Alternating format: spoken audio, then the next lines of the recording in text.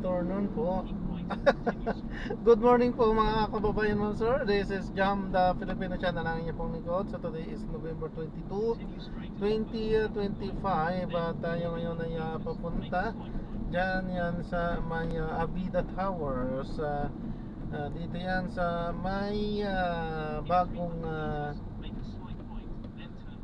bagong pag-as sa Diliman, Quezon City, at dadalhin po natin yan sa may Veterans Memorial and Medical Center sa may North Avenue Project 6 sa Quezon City po yan. Okay, so magbabalik po tayo mamayang konti po pag nakuha na po natin sila. Disclaimer lang pong content po natin ay kalsada at hindi ang passenger, kaya nga naman sakali mo po na may marinig kayo mga pangalan ng lugar, pangalan ng tao, pangalan ng organizations, government o private, ganyan ay wala pong kinalaman ng channel na ito.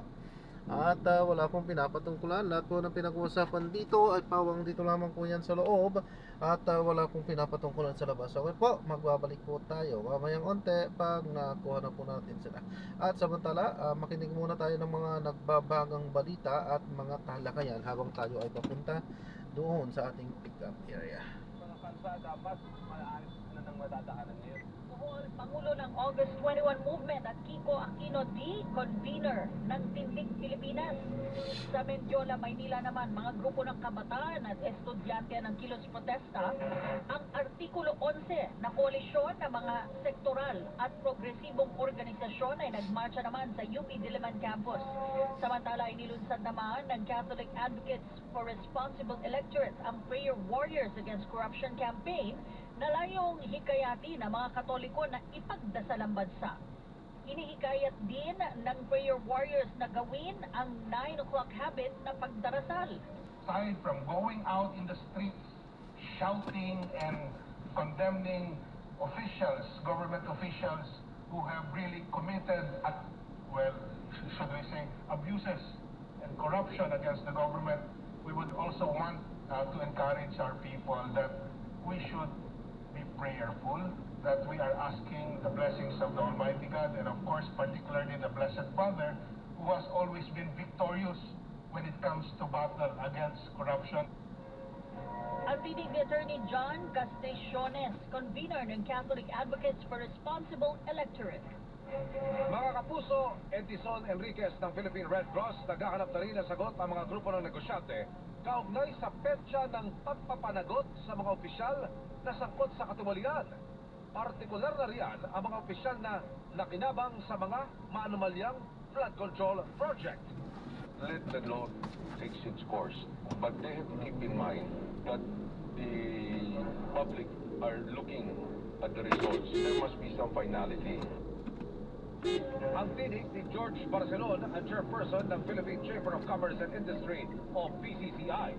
Para naman mga kapuso, Paulo Villena sa grupong Foundation for Economic Freedom, ang agpasya ay pagsusulong ng economic growth, mabalik-balik na lamang ang problema sa korupsyon.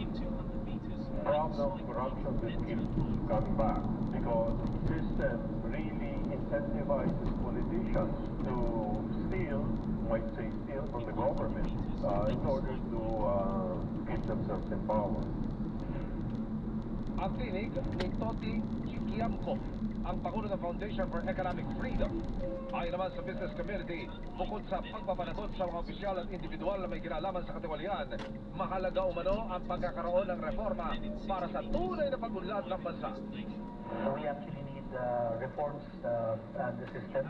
This is a great opportunity because of the public outrage to keep the pressure on our legislators to pass the long-delayed and much-needed reforms.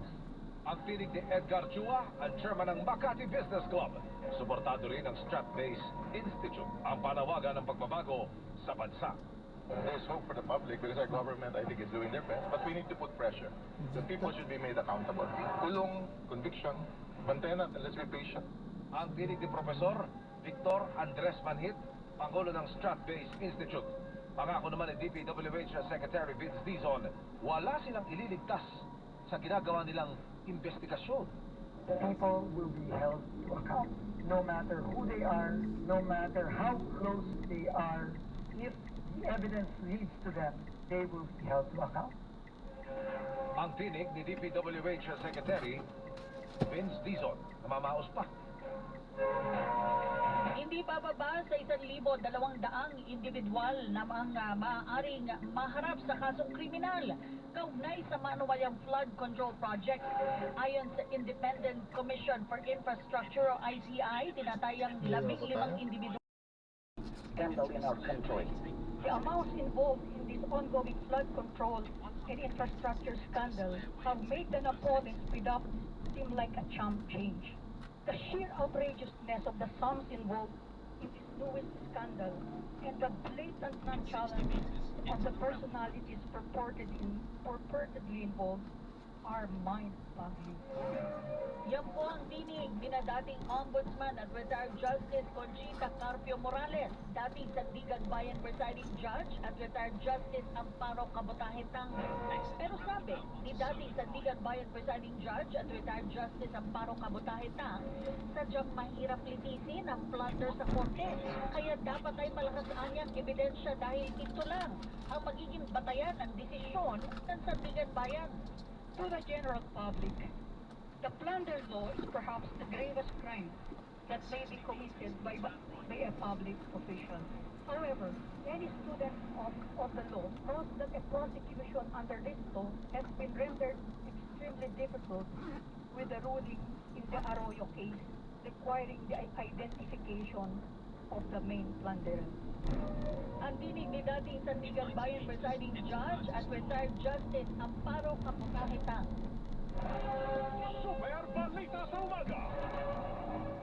Sa November 30 po ay magkakaroon ng Trillion Peso March. Ayan, malapit na. Alamin natin ano nga bang aasahan natin dyan. At dun sa mga nais sumama, no? Alamin natin ang paghanda. Nasa linya natin ang convener ng Isang Bayan, si Attorney Howard Calleja. Good morning, Attorney. Welcome po sa palatuntunan, Atty. Salamat po sa maaga ninyong pagbangon para makapili ng Pinicati San Gabriel at ang milyon-milyon na mga kapakinig. Good morning, Po, Atty. good morning, Camille. At, Sa Pinicati. Opo, hindi po milyon nakikinig sa trillion. Kaya mag-trillion peso march tayo sa November 30. Ayun. Nadali mo na naman, Atty. Talaga namang ito palagi ni-interview. Maganda lumalabas sa bibig mo. Kati, ikaw na. Ano po ang aasahan ng taong bayan sa Trillion Peso March, Attorney Calleja? Well, kami po sa Isang Bayan naghahanda para sumama nga sa November 30 at inaasahan natin na Sarado katulad pala. ng ginawa natin noong September 21 na tayo nagkikaya sa sumama sa mga nagagalit na hingit-ngit at talagang nagugulat dito sa korupsyon na nangyayari. Tingin namin, this 2-month preparation at alam mo kasi, ang daming mga nangyari in these 2 months, no? Daming mga pasabog. So tingin namin at nararamdaman namin yung galit ng tao lalong lumalaki, lalong umaapoy, no? Hindi naman na ito nawawala. So, at sa bagal din ng mga ng reaksyon ng gobyerno, talagang marami kaming inaasahan at hindi lang po ito Metro Manila dahil kasabay din yung ibang mga kasamahan natin sa probinsya, cities and provinces. So, mag-invite mo din ito sa maraming lugar sa ating bansa. Saan po yung mga kasabayan nyo sa probinsyang mga pagmamarcha rin at pagkilos, Attorney? Well, now, nag-signify sa atin, may Bacolod, may Cagayan de Oro, Iloilo, may Cebu din, pero kasi yung Cebu nag-signify sila bago sa mga flood and everything, so inaayos pa kung paano ang gagawin din sa kanila. At marami pang ibang lugar kasi, so tinignan po natin kasi siyempre, yung ding facilities na kung pwede to pa sila, pero mas gusto sana natin kung online. So, titignan din natin kung malalagay natin online lahat ng sasama at yung mag-participate sa November 30. At ito ay gaganapin Dapat to, wala na yung traffic light dito, no? Kukunti naman sa sasakyan. Sa People Power Monument. Imbis na. Okay, mamaya, Atty. Pakilahat nyo sa amin kung ano yung magiging schedule. Ito muna yung aking tanong. Ano ko yung magiging panawagan para malinaw sa publiko ng inyong grupo? Kasi ang dami yung sumisigaw ng ganon, ang dami sumisigaw ng ganyan. Kayo, pakilinaw nyo, ano mo talaga yung paglalaban nyo rito, sir? Ang raming pinagsisigaw, pareho rin nung September 21, yung anti-corruption, at yung ating advocacy Wrap up po. sa Philippines, transparency and good governance. Sinasabi nga natin, ang gusto natin mangyari dito, number one, ikulong, meaning accountability, no? Lahat ng mga may kasalanan, no, na kikitaan ng ebidensya, ipakulong natin o i-hold them accountable. Number one, ibalik or kaya restitution. Yung mga ninakaw sa kaban ng bayan, talagang dapat ibalik. Nakita natin na bilang Korte ni Vizcaya, nabilis na nagkaroon na ng pera sa gobyerno. Pero ano ba naman yung 30 million na hindi nagkari sa trillion na nawala? So, maliit na ito. Pero nakikita natin na merong konting pagkalaw o konting pagbalik. Pero sabi natin, it's too little and maybe konting kailangan natin pinipilitan. At yung ibalik o yung ating transformation, magbalik loob tayo, magbago tayo. Kasi kung nagpalit lang tayo ng leader, kaya ngayong mga panawagan ninyo, yung iba na palitan yung gobyerno o maglitan Ayan, yung presidente, hindi po yan na-drop ang na natin sila. panawagan So, dahil maraming salamat hindi po sa magpalit ng panonood. tao ang gusto natin. Hanggang sa muli po, Ang gusto ingat at natin ay God bless. magpalit Paalam ng po muna ating at sa mga sistema, kasi systemic yung ating